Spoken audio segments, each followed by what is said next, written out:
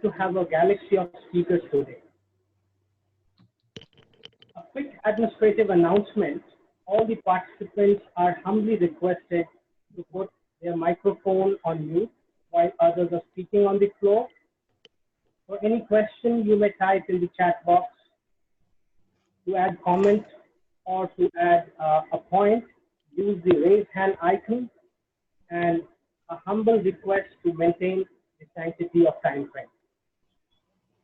Before I invite Chairman of the Boston Pledge, Dr. Partho Ghosh, the man who has a vision for global education, specifically for India and the entire Southeast Asia, let me now invite our convener of today's session, Dr. Jahangir Sultan, Professor of Finance, Bentley University, to introduce the Boston Pledge and session forward. Thank you. Thank you, Devender. It's a pleasure and privilege for me to attend this session. And let me briefly mention something about the Boston Pledge. The TBP, Boston Pledge, is a non-profit organization that brings together outstanding professionals from many disciplines. We are committed to public service to directly address issues at the base of the pyramid. We offer entrepreneurship Springboard program to locate, educate, and facilitate bottom-up enterprising. We hold annual conferences to raise consciousness on development issues. We're also engaged in several critical initiatives, including Model Village, Rural Innovation Center Enterprise, Leadership Development, and TBP Digital to connect school students from privileged and underprivileged regions. Our approach is simple. We listen to you, identify issues, and then marshal our humble resources to provide solutions at the grassroots level. Our strong conviction and belief is that by transcending the constraints of self-interest and limits of national borders, by providing outstanding leadership in channeling intellectual know-how and financial resources, and by focusing on uncovering the inner power within people at the grassroots, we will be able to create a virtuous, progressive, more equitable, and sustainable society. It's ambitious, but we are going to work hard, and we need your help. Please visit our website, thebostonpledge.org, for more information. Now, it is my pleasure to introduce the brainchild and the chairman of the Boston Pledge, my friend, Mr. Partho Ghosh. Thank you, Jahangir. Thank you, Devender. Thanks to all of you on behalf of the Boston Pledge movement for joining us on the auspicious July 4th day, a day that symbolizes the spirit of freedom and the spirit of courage. As a member of the global community, engaged with a full range of socioeconomic issues across nations, that's how I've grown up. I do believe today we are in the red zone of human civilization, and I underscore red zone. And we are genuinely concerned with the significant challenges our civilization is faced with. It reminds me of Vivekananda's speech in Chicago. We have representation from Chicago. That we have come to a point where we have to think differently. And that's why we have assembled here today. The nature of our response has to be equally significant. We need to be bold in our resolve, humble and open-minded in our search, and imaginative in shaping solutions. Now, with the coronavirus assault on human health is serious and hopefully temporary, though many of us believe it may last another 3 to 5 years. The political and economic upheaval it has unleashed across nation could last for generations. And that's something bothers us. More importantly, the underlying problems such as the socioeconomic divide, digital divide, the decadence on human conscience, ecological disequilibrium, declining ethics, increasing distrust in institutions, which have been making the last 2-3 decades, have now become very visible, which we can no longer neglect. But the biggest, and that's why we are meeting today, the biggest concern of all is the lockdown or disruption of the education system. And I really mean the lockdown and disruption of the education system, as it hurts the development of young minds, which could create a permanent and deep scar on how our future might evolve. And that's why we are assembled today.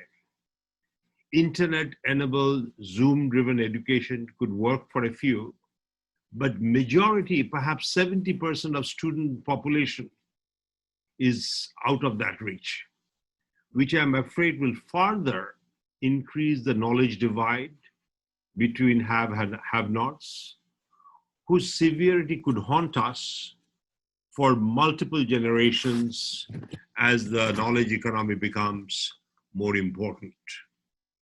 Furthermore, while the term remote or online learning has been fashioned, it clearly undermines something very important, which is the connectivity between the faculty, the teacher, and the student, and particularly important in times we are living for the emotional, spiritual, intellectual development of the young mind. So we have to be innovative in today's conference to think of how do we maintain that nexus between the teacher and the student while practicing physical distancing, keeping in mind that the internet is not available for everyone, the Zoom is not available for everyone. But that doesn't mean there's no solution. We have to be extremely imaginative today. So I personally feel what a great time. What a great time for educators to think fresh, think micro, think macro, think global, yet local, be spiritual, and be digital in our thinking. On the positive note, in shaping the future, we must not miss out the opportunity to resurrect the wisdom resident in India's ancient education system that flourished in the ecosystem between the two universities, Taxila and Nalanda, and many others, for a holistic development of what I call the SQ, spiritual quotient, IQ, the intelligent quotient, and emotional quotient, which is dramatically missing in today's advanced education system. So it is an opportunity. I'm so glad Maharaj is with us to think of how to bring all these streams of thinking to create a new promise of education. So with these humble thoughts, let me welcome you to this assembly. We will need to look forward to listening to all of you so that we could truly develop a strategic response, which is practical, yet transformational, above all imaginative and inclusive. We are living in an age of mega turbulence.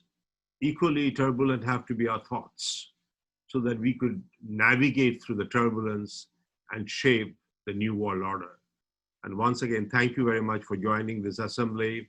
I will pass it back to the Master of Ceremony, who will invite my very, very good friend, Dr. Sam Pitroda.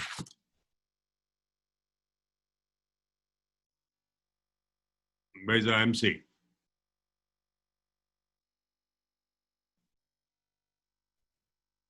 Sam, you're there? I'm here. Can you hear me? Yeah, I can hear you. Please go ahead. I'm sorry that I think it's... No, thank you, Partha. Good morning, everyone. Greetings from Chicago. Partha has been a very close friend for many years. He called me a few weeks ago, and I really want to compliment him and all his colleagues for this great initiative. I have had an opportunity to work on education with the government of India for quite some time. During Dr. Manmohan Singh's time, we had set up a National Knowledge Commission to look at the institutions and infrastructure India would need in the 21st century for knowledge, which includes education. So quickly, I want to give you a sort of overview of what it was and how it relates to what you are planning to do here. To us, knowledge was the key, more so than education. So we looked at 5 aspects of knowledge. Access to knowledge, which include languages, translation, library, broadband, networks, affirmative action programs, reservations, quotas. Then we looked at all knowledge concepts: primary education, secondary education, distance learning, open courseware, higher education, engineering, medical, law, all of the different disciplines.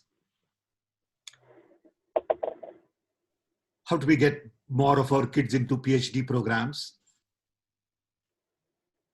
And then we looked at knowledge creation. Who creates knowledge? How knowledge is created? Which included intellectual property, innovation, entrepreneurship, copyrights, and application of knowledge in agriculture, health, and finally, use of knowledge in governance. So we had about 27 different subjects. We took about 4.5 years. Sum total, we had roughly 2,000 people involved in the exercise. And there is a great report of the National Knowledge Commission published. It is online, you can look at it. There were 300 different recommendations. Some of it got done. Some of it didn't get done because they were highly political. We built, for example, a national knowledge network at the cost of $4 billion to connect 1,100 nodes, to connect all our universities, libraries, R&D institutions, connect that network to US, Japan, Europe, and all that.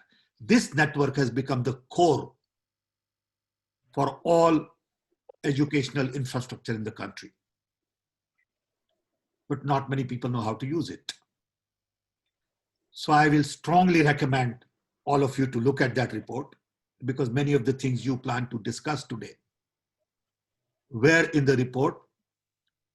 For example, the core idea was embedded in 3 needs: expansion, excellence, and equity. We wanted to make sure that our universities expand from 300 then to 1,000. Today we have about 900 universities.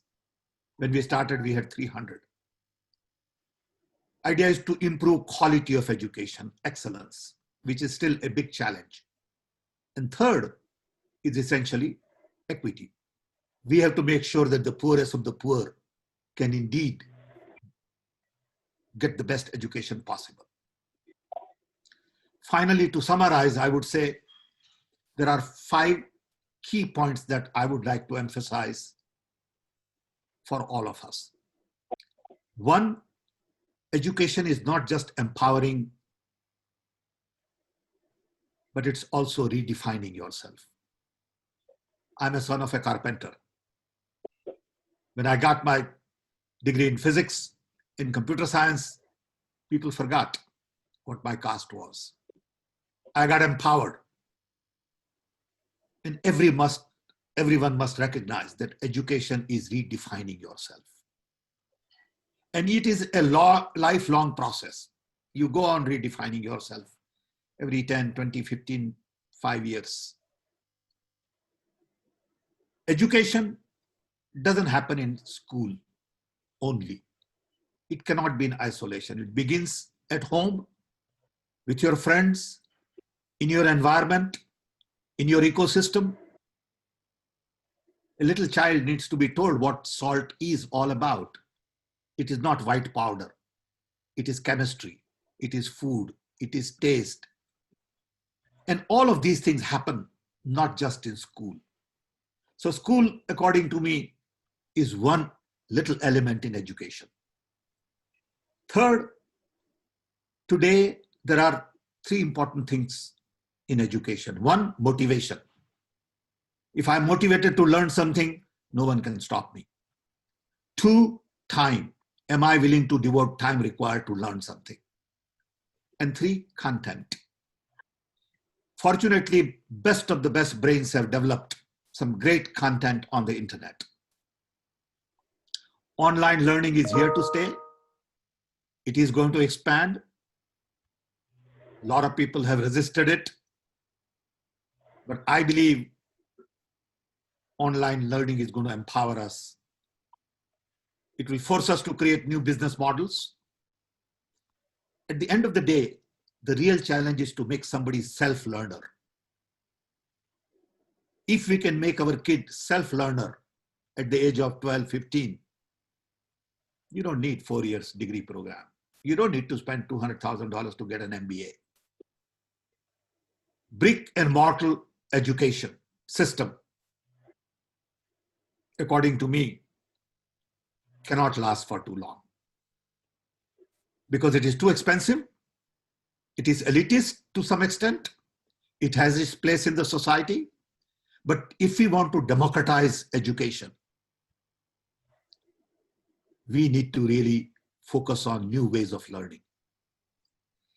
Again, if you are motivated, if you are willing to devote time, there is enough content available from best of the best in the world for you to learn. It may not be 100%, but it's good enough if it is free. So education must be democratized. We must focus on making people self-learner. In today's system, do not allow us to create people who are self-learners. With this, I want to once again thank Partha and his team for giving me this opportunity. I want to wish you all a great conference. I will hang in there for a while. I have another video to attend. So when the time comes, I will quietly leave, but really appreciate the opportunity to interact. I live in Chicago. I'm available. I'm a friend of Partha. That's my qualification. So you can reach me through Partha. Thank you. Thank you, Dr. Pitroda. Thank you very much. Ladies and gentlemen, now may I call upon Dr. Madhusudan Chakravarti, former director of two IITs, Bhubaneswar and Kharagpur, for 3 minutes. Thank you, Sultan. Good morning to people in the US. Good evening to people in India. At the outset, I have to thank Partha, who happens to be a good friend for many, many years, for inviting me here to share my thoughts, particularly on higher education. We are really meeting at a time when the whole education system all over the world has been really bettered by the coronavirus pandemic. So we have a lot of our concerns about the education system, and the pandemic has added a new dimension to it. The education system have seen rapid changes since time immemorial with the advances in science and technology. So there have been a lot of changes, a lot of interventions, and with the speed of information sharing, we have been able to change the education system. But education system now, the way it stands, it needs a lot of reforms. So I, as Jahangir has said, and Partha has been warning me about the time, I'd like to share some of my concerns.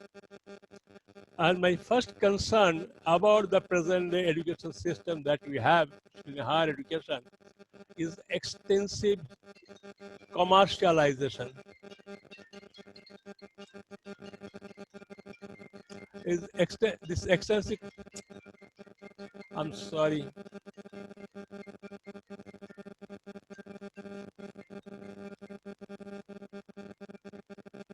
This extensive commercialization has resulted in lowering the benchmark in education because of one number is shortage in faculty.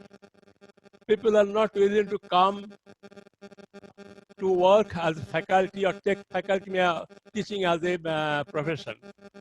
The quality of faculty or the experience of the faculty is not enough to impart good education. Shortage of faculty. Because of the shortage of faculty, there are many universities who are running, and the faculty members are overloaded. I don't think they get enough time to even prepare for the class. Students are being lured.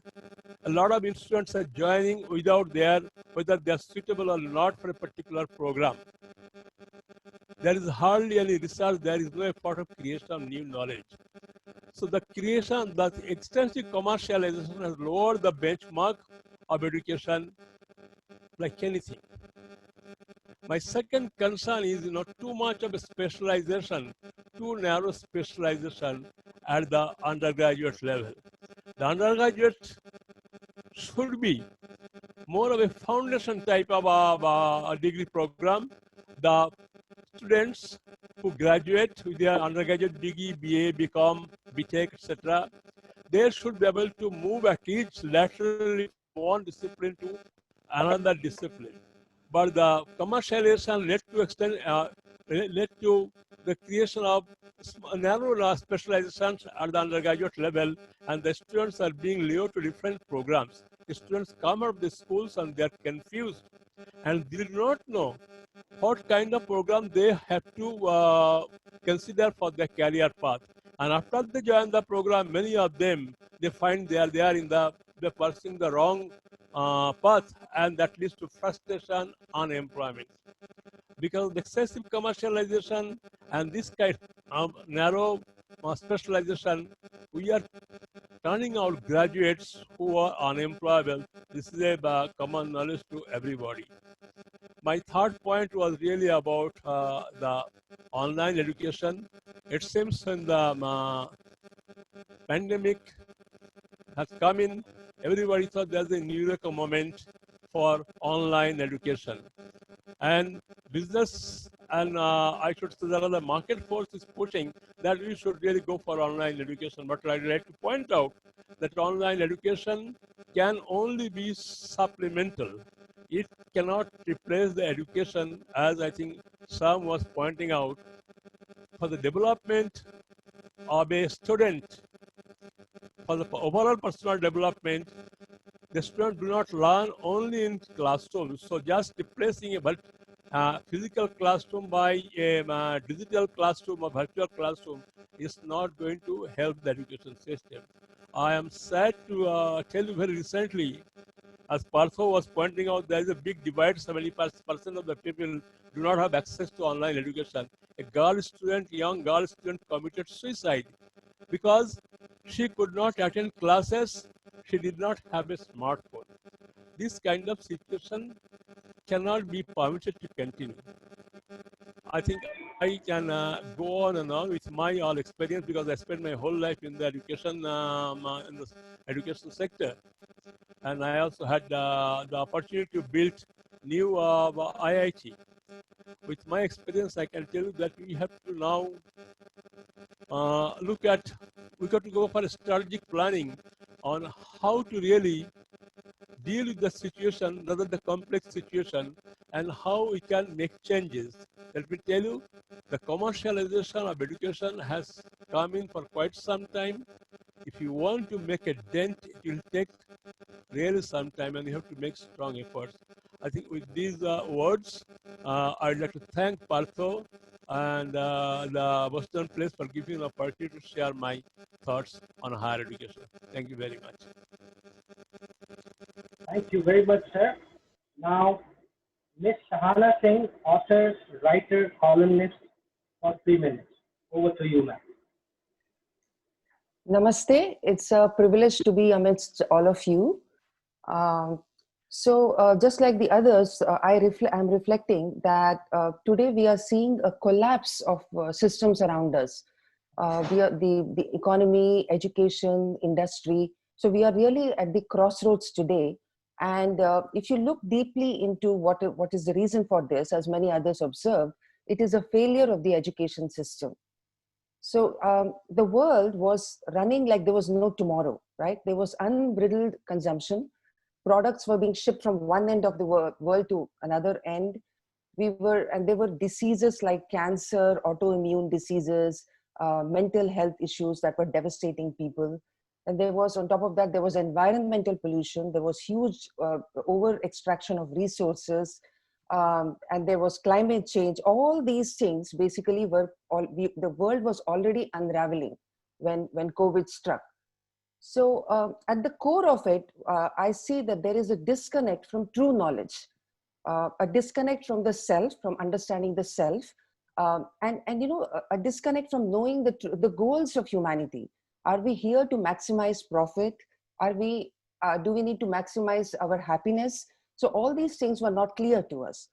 So today I would like to make 3 main points. The first one is that we need to connect urgently to the educational heritage of ancient India. If you go back a few thousand years ago, you will see that India was the education capital of the world. Thousands of people came to India from every part of the world, which was civilized. Whether you take the western part, which is Western Asia, or the eastern part, Japan, Indonesia, Malaysia, students were flocking to study in India. And the reason was that India was offering a wonderful ecosystem of learning in the open air, and open to all thoughts. And there was the culture of debating, culture of coming to the truth by discussions. All this was there in India. And we had the Vedas, we had Upanishads, we had the Vedangas, the epics, Ramayana and Mahabharata, right? And the sciences like Ayurveda, Sulba Sutras, Ganita Shastras. In fact, even today, all these are relevant. These are like a treasure trove for the whole of humanity. And they offer universal concepts like sustainability, which anybody can plug into. So my first point is we need to urgently connect to the ancient wisdom of India. And my second point is that educators need to look at the minds of children, not like containers into which they have to stuff in facts and formulae. They have to look at the minds of children as if they are lamps that need to be lit. So when the lamp is lit, the student will illuminate himself or herself from within and then show the path to others. So this is the Vedic way of teaching. This is the Vedic education of inspiring and lighting the lamp. My third point is that we need to connect with our mother tongues, our native languages, and Sanskrit. Of course, I'm not against English. I'm speaking to you all in English right now. English is an important language we need to learn. But please let us not lose our connection with our native languages. There is a lot of knowledge waiting to be tapped in our languages, in books, as well as in the speakers of those languages. There is a lot of knowledge. So we need to connect with that. So, it's like when we harvest rainwater, the water table goes up. And in the same way, when we connect with our ancient heritage, as well as these languages, the body of knowledge will go up, and that will help us to face a lot of problems that we are tackling today. So these are my thoughts today. Thank you so much. Thank you very much. Now, may I call upon Swami Vishwananda ji, and my sincere apologies, we have a different name spelled against your video. Over to you, sir. Thank you all for joining.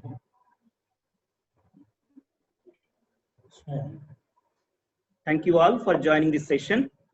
And I'll speak on the spiritual element of Swamiji's mission, man-making education. Salutations to Swami Vivekananda. And the key to Swami Vivekananda's educational doctrine lies in his famous definition of education. Education is the manifestation of perfection already in man. For Swamiji, the real nature of man is pure consciousness, mind and body forming only the coverings of the real self called Atman. And knowledge exists neither in the external objects nor in the mind. It is the very nature of Atman. And every act of knowing is thus an act of self-revelation. All knowledge lies within us, says Swamiji. And the act of knowing manifests this inner light. And from this, let us understand the similarity between Swamiji's definition of education and his definition of religion. According to Swamiji, religion is the manifestation of divinity already in man. And for Vivekananda, ordinary education is only a part of the individual's larger attempt at self-realization, which he means by the word religion. And that is why Swamiji said at one place that I look upon religion as the innermost core of education. And Swamiji's idea of education was that it should have religion, spirituality as the core subject in the curricula. And closely connected with Swamiji's theory of religion as the core subject is his idea that the purpose of education is man-making. He says that education is not the amount of information that is put into your brain and runs riot there, undigested all your life. We must have life-building, man-making, character-making assimilation of ideas. And indeed, at the root of man-making education of Swamiji lies the ideal of Shraddha, that is the faith in one's spiritual nature. It is this lack of faith in themselves and higher values of life that is the bane of modern youth, we find. And Swamiji wanted to restore this faith. Hence he placed great importance on Shraddha or faith as an integral part of education. Another thing, we know that one of the chief achievements of the ancient Hindu sages was development of the science of concentration. It is rich full of Hindu spiritual disciplines. Swamiji wanted to introduce the benefit of these discoveries into the field of education and apply it as a means of quickening and widening the educative process. The knowledge and moral character that student acquires through education should help him in facing the problems of life and to earn a decent livelihood. It should enable him to stand on his own legs. And to wrap up, Swami Vivekananda's perception of education is a striking departure from what is ordinarily understood by the world. One might safely say that Swamiji acquired his unique insight into the true meaning of education by sitting at the feet of the almost unlettered priest of Dakshineshwar, Sri Ramakrishna. Swamiji's training under Sri Ramakrishna, coupled with his own numerous experiences in the subsequent years, enabled him to evolve the grand educational ethos of which we just had a little glimpse during this brief while. Thank you all. Thank you. Thank you very much. Now, may I call upon Dr. Subarna Bose, CEO, International Hospitality Council, London, and Chairman, International Institute of Hotel Management and IndiaSmart Group.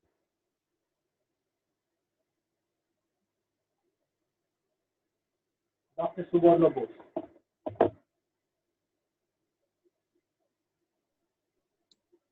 Yeah, it's a great privilege to come and speak to this very interesting topic, and I think this is a very exciting time. And as we all say, that this kind of situation actually have taught us a lot of new tricks and a lot of new opportunities. I think the education for ones in India especially have really got, I think, 10 years of acceleration in terms of digitization and digital delivery.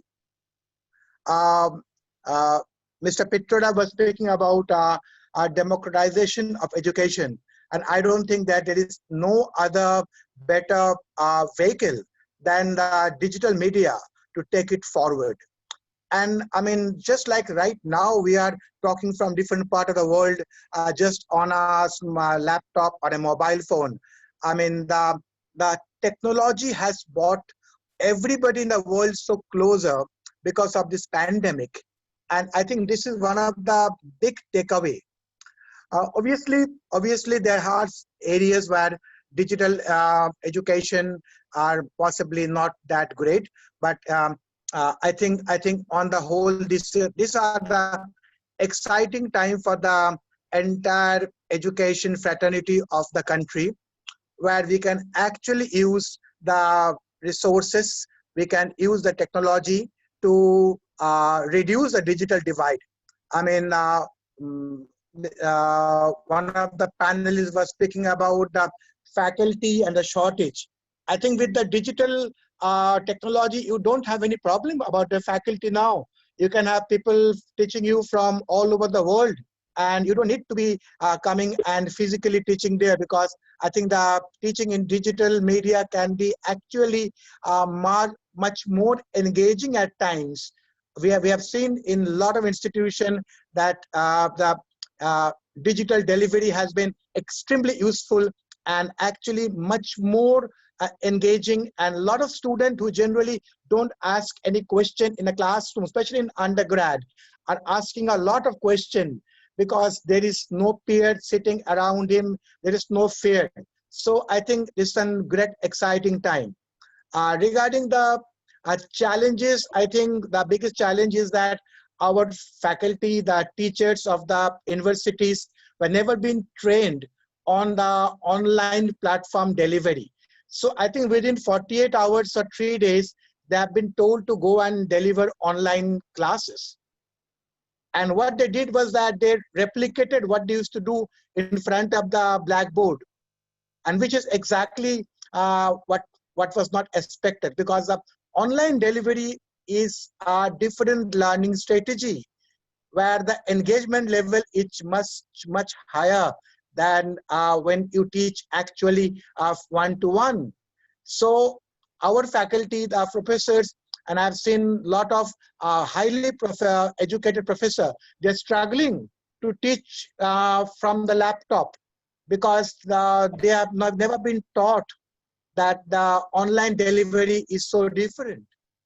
Secondly, that a lot of colleges and universities are only doing the class at the schools, I think are very important, because the school kids are the guys who needs much more engagement, because we just can't teach them for 8 hours or 6 hours. We need to engage them. We need to have competition. We need to have things like a singing competition, debate competition, quiz contest. We can have possibly games and whatever. I mean, the online delivery doesn't mean that you just go and teach. No, it's not like that. It's about engaging. It's about touching your students as if they're in the college or the school environment. I think that is what we have learned actually, and that exactly, I think, what we were never been taught. I mean, as professors were never been taught the strategies of online education. So these are, I think, from a takeaway. I'm very optimistic that the digitization and the digital technology is been the biggest blessing in this pandemic time. It has taken the Indian education system, I think, 10 years ahead in terms of delivering, in terms of faculty, in terms of resources, in terms of connecting at any time of the day, in terms of assessments, in terms like we are right now in Zoom. In Zoom, we have something called breakout rooms, where we all can be doing our own assessment, assignment in each of the room, and no one can see us, and then we can all come in a main hall and present. So there are amazing opportunities that technology is now offering, and we should be very grateful that that's happened because of this. For some reason, I think we have no complaints. We should take it forward, COVID or no COVID, and this will change the entire landscape of the Indian education delivery. Thank you so much for giving me the opportunity to speak. Thank you very much. Now, may I call upon Professor Maninder Singh, President of Punjab Space Council, Guru Gobind Singh Circle.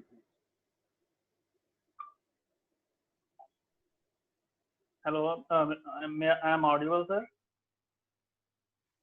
You Am are I audible, sir? audible, sir. Yes, you are. Okay. So a very good day to all the eminent personalities who've spoken before me and all the worthy delegates yet to come. To begin with, glory to the Almighty, who is the source of all knowledge, all wisdom, all power, all beauty. Instead of discussing the technicalities of education, how to implement it in the modern context, I've been teaching in an engineering college, and before that in a polytechnic. I'm a computer engineer by education and a teacher by profession, and a volunteer by as an NGO. I'm the president of the Punjab State Council of Guru Gobind Singh Study Circle. So from all these aspects, what I've gathered is education needs to be addressed at its roots. It is from there we need to go to the basics, and we need to rethink on what is the intent, then what should be the content, and then how it should be delivered. Now, again, it is an opinion, not a statement, and I'm really humbled by being with this August gathering here. So as far as education, I would like to say that from day one, mankind has been curiously observing nature and gathering information about the various elements. This information has been used to tap and harness the various resources by humans to their advantage. The information and experience thus acquired and passed on through generations with value addition is what we may call education. Going back to the past times, Plato, a very eminent philosopher, 2,500 years back, he regards education as a means to achieve justice, both individual justice and social justice. According to Plato, individual justice can be obtained when each individual develops his or her ability to the fullest. In this sense, justice means excellence. For Plato and for the Greeks, excellence is virtue. Incompetence breeds corruption, which results in social degradation. Now, justice in this sense is thus the cornerstone for a sustainable social order. And 2,000 years later, or we can say a little more than 500 years ago, we've just celebrated the 550th birth anniversary of that great teacher, Guru Nanak. Guru Nanak revealed Vidya Vichari Taparopkari. That is, contemplate and reflect on the knowledge, and you will become the benefactor of all. Education will and should inculcate compassion, love, empathy, and selfless service for all. All. Again, I emphasize all, sarbat, everyone, the whole creation. He further reveals that the scholar who harbors greed, avarice, and pride is said to be a fool. Padya murkh akhiye jis lab lob hankara. So very strong words. He is not a scholar, he is a fool who, despite good education, harbors greed, avarice, and pride. So it is the virtues that the education needs to inculcate and impart. Justice stands for fairness, and it is the cornerstone for a sustainable social order. But then God is not fair. God is not fair. God is merciful. And justice with mercy, service unto humanity out of love and empathy, is the cornerstone for a sustainable and blissful individual life as well as a social order. Now, all awareness of the creation, all awareness, just like seeing a piece of art, we get to the artist. The beauty of the art conveys the beauty of the artist. So here all awareness of the creation must lead to appreciation and admiration for the creator, and visualize and realize his manifestation in the creation. Ghat ghat mein har ju bas hai. An educated person is that who sees the light of the Almighty in every heart, in every person he sees. So he is the creator is manifested in the creation. All physical and material knowledge connects to and reflects the magnificent creator, the cause manifested in the effect. Every single discovery opens up a new vista of much more to be discovered. Feeling is the essence of knowledge. The knowledge which does not create feeling is dry, and that is what is going on mostly in our academic institutes and formal education nowadays.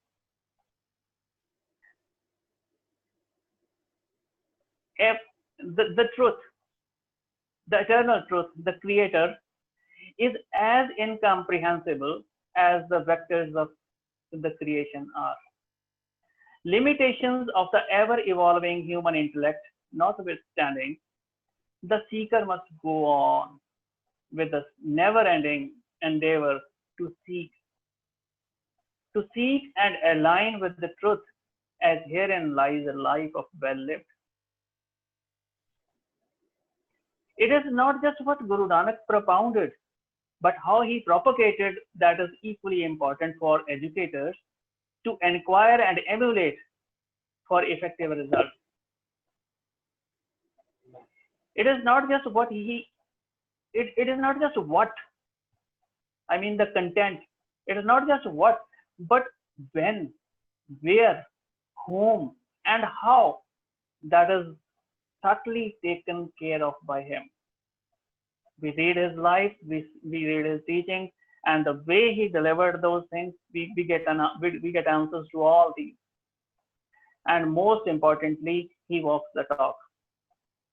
Guru Nanak emphasizes that the seeker shall ever prosper.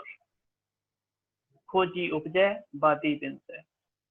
May the Almighty bless us all to seek, contemplate, and serve all as a service to the Creator. Sarbatta Pala. Thank you so much, the organization and all the eminent personalities for bearing with me, giving me time to talk. Hope I am not beyond time. Thank you once again. Vaheguru Ji Ka Khalsa, Vaheguru Ji Ki Fateh. Thank you very much. Now may I call upon Mr. Prem Kumar, Chairman of Gulf Council of CBSE Affiliated Schools, Kuwait.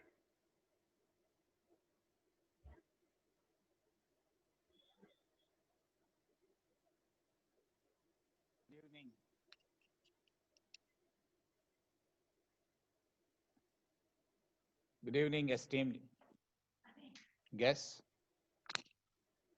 You're perfectly audible, sir. We can hear you well. Good evening, everyone. And this is Prem Kumar.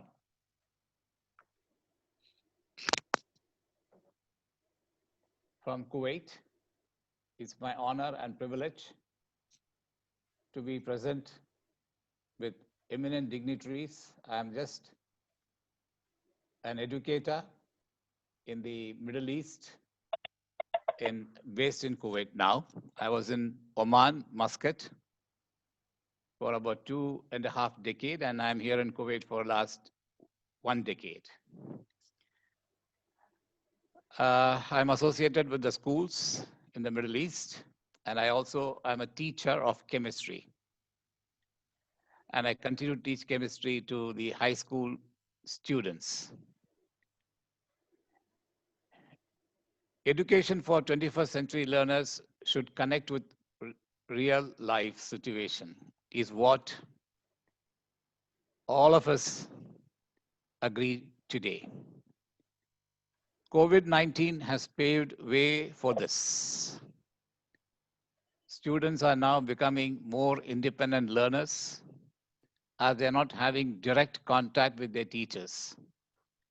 The project-based learning is gaining momentum in this part of the world.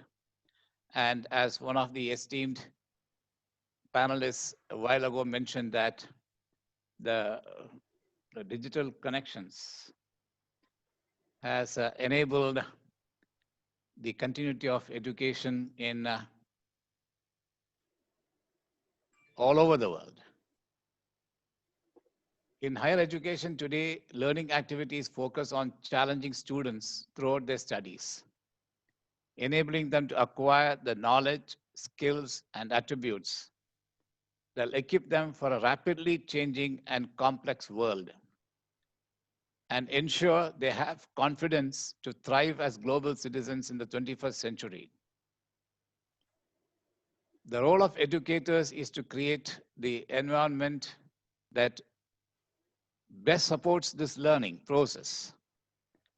And because the most significant learning environment is inside the head of any learner, not outside of it. It is very vital to ensure as educators that students are engaged in learning that is meaningful to them today.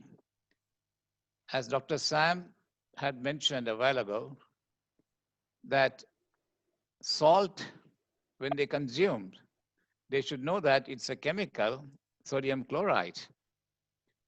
So the learning becomes meaningful when it touches the real life situation. So the big question for me as an educator during this pandemic time is, how can I ensure that learning is meaningful and help my students to connect more deeply with any learning activity? And how can my teachers do that as I head an institution? First of all, we should consider the two of the central main place in the life of a kid. They are the learning and emotion and motivation.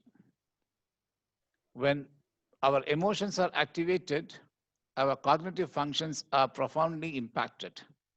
Similarly, when motivation levels are high, students engage more deeply in the associated learning task.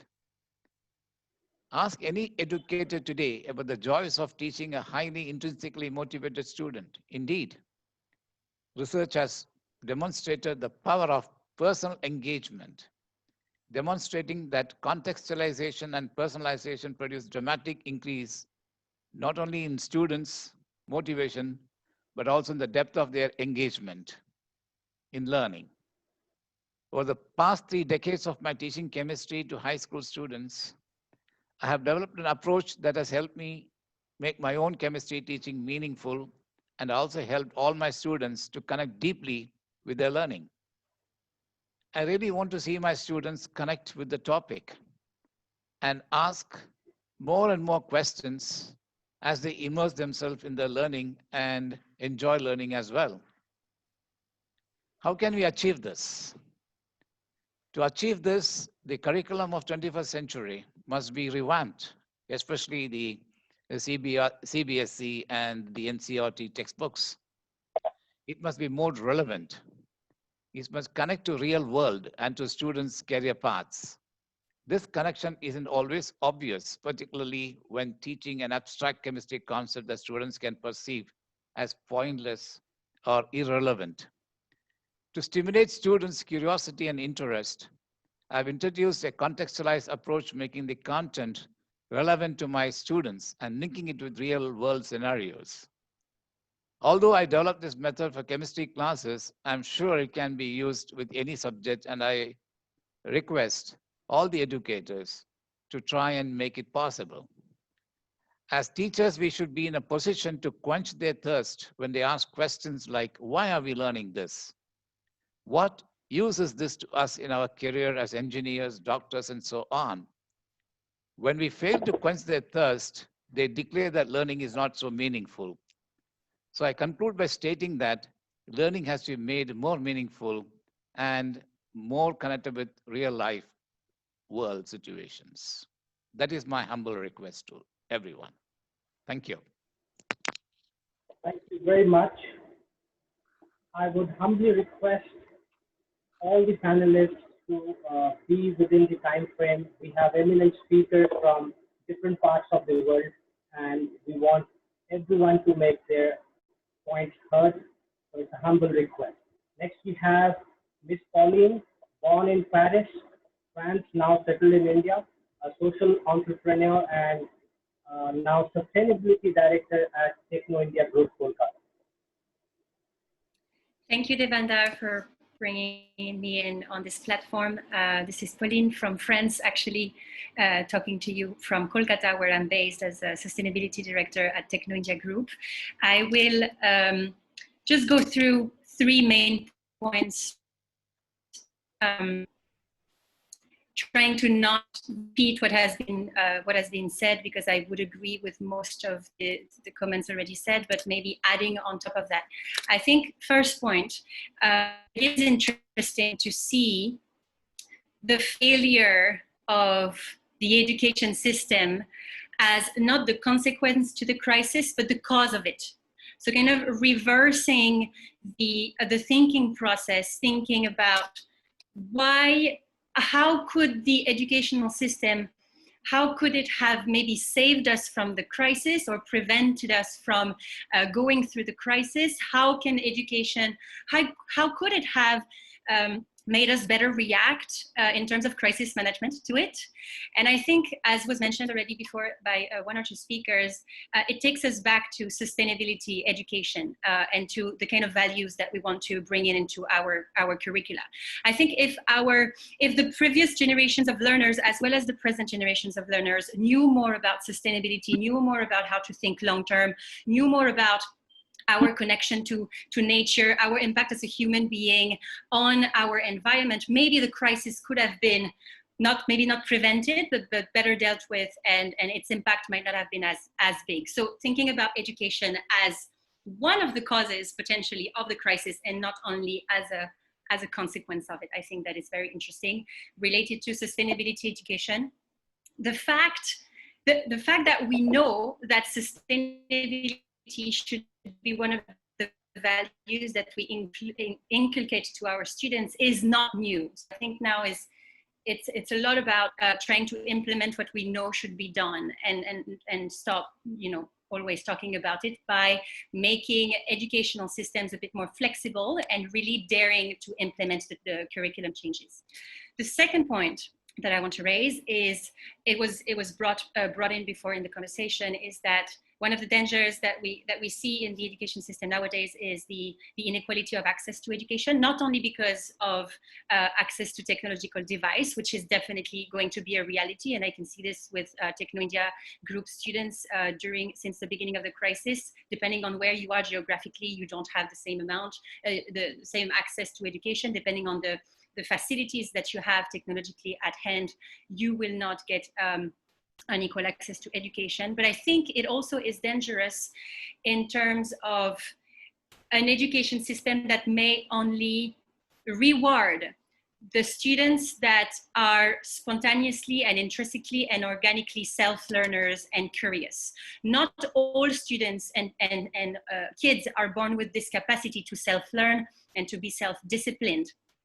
And it's not so easy to say that everyone will become self-learners. I think there are a lot of kids, especially because of lack of attention, lack of focus that we see today, a lot of kids who will not have this self-learning skill within their DNA will really struggle to make it out there in the digital education world. So I think this is a point to also have in mind. And third and last is the place that we want to give to mental health into our education. I think this is one thing that we have learned at the beginning of the crisis. I think one of the things that the crisis has taught us is that we cannot have 100% physical education system because it is not future-proof, but we can also not have a full digital education system because, mentally speaking, in front of screens, trying to teach and learn through a screen is going to be mentally heavy for me. So a blended learning education system is, I think, necessary, as well as a place for mental health, or what we also call social emotional learning in our curricula, as well as campus premises. And something that I really believe in, finally, how to teach students to be optimistic, how to teach students to be positive no matter the challenges that they face, because believe me, friends, we're probably, we're probably going to face other challenges on our journey. Thank you so much. Thank you very much, Colleen. Now, may I call upon Mr. Matthew Thomas, founder of All India Educators Forum, which has more than 25,000 members as of date. Thank you. Thank you so much for the invitation. It's really an honor to be here present among these eminent panelists. And I'm also glad that there are certain organizations who are beginning to think about a change. A few years back, we were all accepting the curriculum. We were going on with what was happening. And I'm so glad there are so many initiatives taking place where there is a discussion on a change happening. Now, that is a good sign. And many of you must have heard about that quote, I was born intelligent, but education ruined me. That's because the word education has been, taken in a wrong way in many of the contexts, because we are equating education with imparting knowledge, whereas I feel that education should be skill-based. So what is lagging in our present curriculum was that we have different types of learners. We have done in our B.Ed and M.Ed about different kinds of learners. We have visual learners, auditory learners, kinesthetic learners, reading and writing learners. But our classroom was not catering to all these categories. So what was happening was we were just concentrating on the reading and writing, that is the traditional method, and all the other learners were getting neglected. So what we were doing was we were providing homogeneous solutions to a heterogeneous group. You know that every child is unique, but we were trying to provide a homogeneous solution. Okay, you do this, you do this, you do this. And we were not taking into consideration the uniqueness of the child. In a way, I would say the transition to an online phase is in somewhat reduce that gap, because now we have visual learners learning from this. We have auditory learners learning, and also they are doing the reading and writing. So a lot of things have improved because of this online.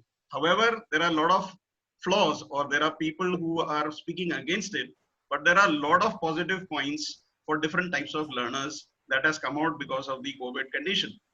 So for example, if you are taking a class, that class gets recorded, the child can see it over and over again. Whereas in a class, if the child is absent, then it's very difficult for the teacher to repeat it to all the absentees, or to repeat it n number of times. So in a way, I feel that the transition to online teaching, which has come all of a sudden, I think the teachers have adapted to the new situation, and they have gone on to online teaching within a few days, although there were a lot of challenges. So also the speed at which we are teaching this curriculum is a big issue, because we are all trying to finish our syllabus. We are trying to finish our curriculum. So what is important for an educator right now is the curriculum, not the skill that we have to impart. We have an engineer probably who has done a lot of work, but he may not be able to fix a fuse. So what is the use of that education? So what is important is that we learn life skills. What is our education for? To use it in our real life, not collection of degrees and then not using in our practical lives. Because one important thing that all students ask is that, sir, where do we use all this in real life? Why are we doing all this? So I think our curriculum should be more application based, more skill based, and we can't ask a fish to climb a tree, nor can we ask, an elephant to fly. All children are unique. I think we have to respect the uniqueness of the children. We have to give them ample opportunities to grow. And I would like to see groups like this coming forward to take up initiatives in which we are able to provide a solution to this instead of the rote learning or memorization techniques which are being followed. I would like to see an education system which is imparting life skills, giving more emphasis on real life applications rather than memorizing and then writing out answers for a good score. Thank you so much. Thank you very much. Now may I request Ms. Gurmeet Kaur, psychologist, career counselor, director at Hutchinson Vocational Institute, to lay down 3 to 4 points. Thank you. Of course. Hello, everyone. It's a great pleasure to be the part of this panel. And I feel that today, as we are pondering upon the impacts and the re-impacts of COVID, I think COVID has teaches us many things. It's a great eye-opener for us. It has compelled us to think of altogether different way. I totally agree with Mr. Matthew as he was saying that there is a dire need of inculcating life skills in the school. What I think, friends, that what we have been teaching skills to our students, we have been inculcating skills, but what we have missed to teach them is wisdom. So it reminds me of a story that it was a gang of four. Three of them were big, highly learned in the language, grammar, and sculptures. The fourth one was not so learned in bookish language, but had common sense. The four friends decided to travel to other parts of the country to better their intellectual and financial standings. However, the three learned friends had reservation about taking the fourth friend along with, but eventually they take him as they feel it looks bad. During their journey, they passed through a forest. There they saw bones of a dead animal under trees. Let's gather the bones and bring it to life, proposed the other. It will give it the correct shape. The not so learned heard it all. Don't forget, it's a loin, don't bring it to the life. The three friends laughed away the warning. The three of them gathered the bones, but backed them in shape and plastered it with flesh and skin. The loin came alive. The creators beamed at their own success, but only for few moments because the loin roared and pounced on the three learned ones. The one with the common sense has already gone away. The point to ponder is like we are inculcating the skills, but the knowledge that is the sustainability that we require in our generations is missing. But COVID has given us the chance to revise the things. It has given us the chance to believe that veg is the best food. It has made us realize that we can actually live simpler lives.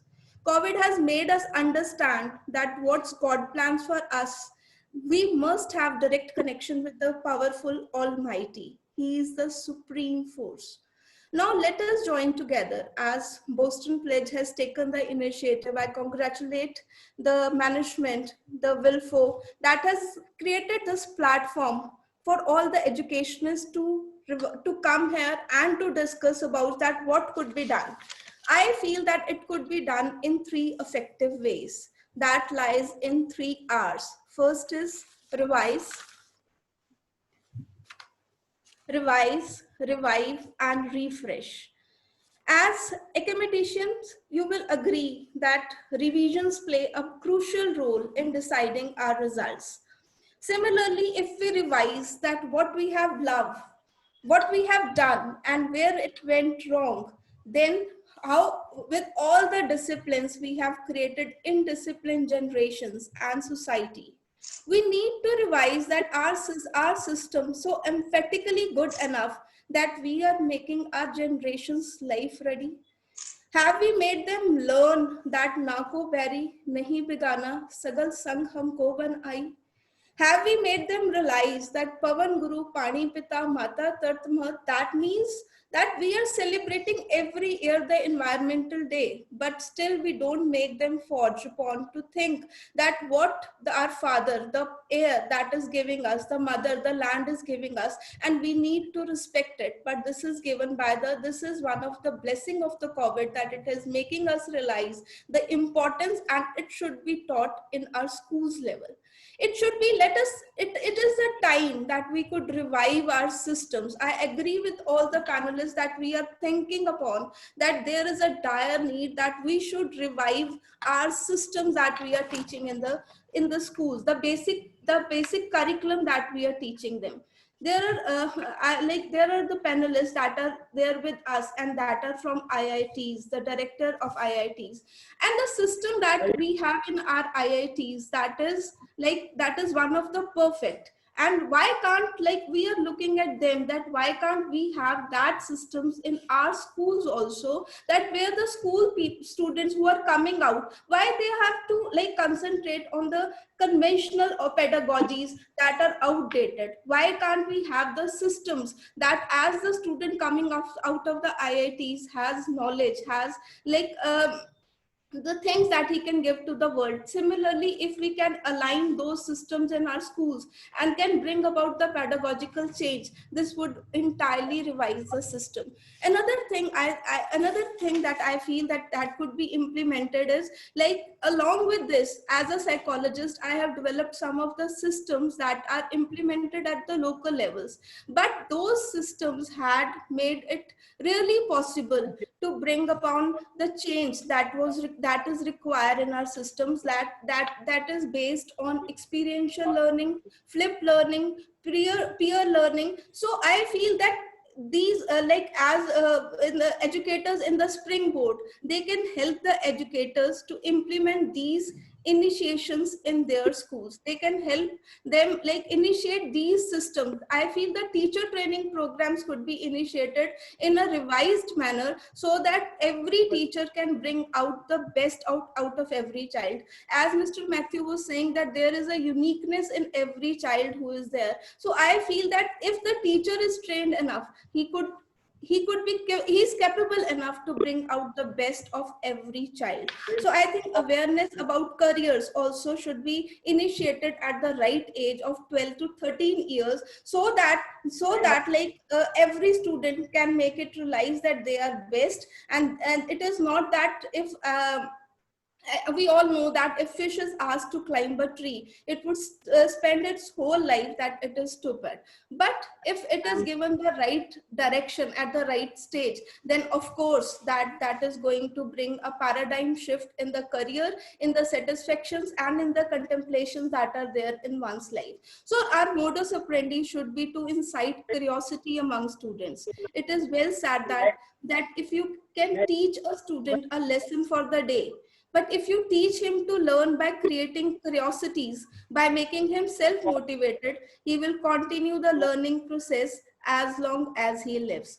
I wish we all, along with Education Springboard, can create such environment for the kids, and we can teach them multiple perspectives to make them future ready.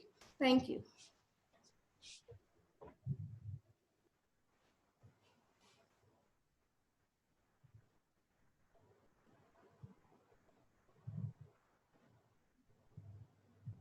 Devendra, you're on mute.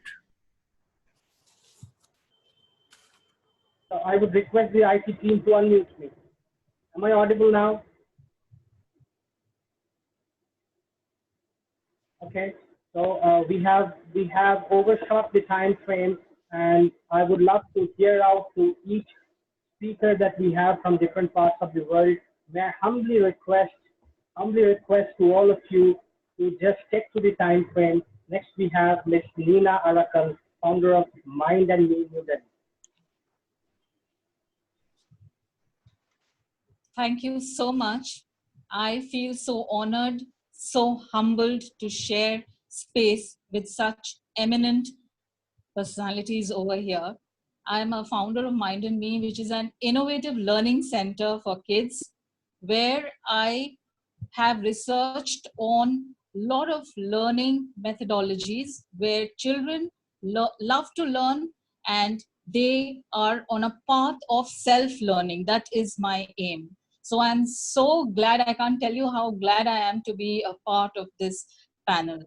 So here are my questions pertaining to education. Is it application oriented? Is it skill based? Is it knowledge based? Is it directed towards a sustainable environment or building communities? You know, the answers to all these questions lie in integrating multiple perspectives for our future learners as well as our present learners. So I believe that, you know, a lot has been talked about the methodologies, the theories, the taxonomies. We are familiar with it. We know they exist. We are aware of it. but where is the gap? I want to quote Steve Jobs over here, who said, simple is harder than complex. You have to work hard to get your thinking clean to make it simple. So we got to simplify it for our teachers who are there on the field with the children. If you talk about curriculum planning, technological tools, the assessment techniques, the innovative methods, all these parameters have to be taken into account with easy, doable, simple tips for teachers to implement them in their classroom for their children, for the school, for their community, so that they work towards a global shift in education. Teachers are the connecting link. And from an Indian perspective, when we take the urban and the rural the perspective, the teacher is the connecting link, which, you know, we have to take in the teacher as the she needs to teachers who implement these techniques and have, you know, they have them up and running for their classrooms. So we need to have this connecting point for the teachers. So every teacher, you know, she has this perspective. Every teacher, Indian teacher, would say that, you know, this is my content, this is my curriculum, this is my expertise, these are my challenges. So how do I go about it? So we need to give them those, you know, those proper concrete steps as to how that learning is going to take place, whether offline or online. So it's high time that we move from the what to the how of every situation, so that education moves towards a therapeutic change, which is much required now. So I will end with Albert Einstein's quote. Albert Einstein said that education, the world of education, is a product of our thinking. It will not change without changing our thinking. So let's change our perspective to integrate multiple perspectives in education. Very much. Thank you. May I now request Dr. Ramji Nikli from Bahrain to come in. Okay, thank you. Thank you very much. Thank you. I'm really humbled to join such an eloquent speakers from so different parts of the world, and I'm really learning a lot from everyone. Just building up on what has been said, I think you know, we were thinking that we were so modern in teaching and learning, and that's before COVID-19. But when during COVID-19, now since we're talking about online teaching and learning, we called ourselves traditional. So whatever we have been doing was so traditional. And I'll be speaking about, very briefly, from a managerial perspective, institutions, they started revisiting their learning strategies. So they started investing in infrastructure properly in digital learning. And they also revisited their pedagogy. So they focus more on participation rather than attendance. And they are reevaluating the assessment system. In terms of strategy, they are now integrating more e-learning as a crucial part of what we call emergency contingency plan. And even for extracurricular, because before we used to have physical presence of students in campus, but now not anymore. So extracurricular, now they are rethinking, they're revisiting the way in training, meeting, workshops, meeting with supervisors, with advisors. So the new normal, I think, will be blended teaching and learning.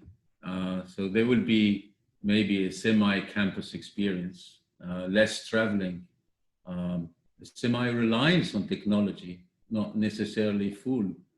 And there will be more independent learning. and we will be relying more on a spectrum of assessment tools rather than to be very specific. I think there will be more soft skills developed in students, like time management, self-discipline, and commitment. But there are challenges now. Challenges are institutions are trying to reduce as much as possible the negative impact this pandemic has and will have more on learning and schooling. Institutions now, they are thinking of how can they recover stronger with maybe a renewed sense of responsibility of all stakeholders, and with a better understanding of and sense of urgency of the need to close the gap in opportunities and assuring that all children have the same chances of a quality education.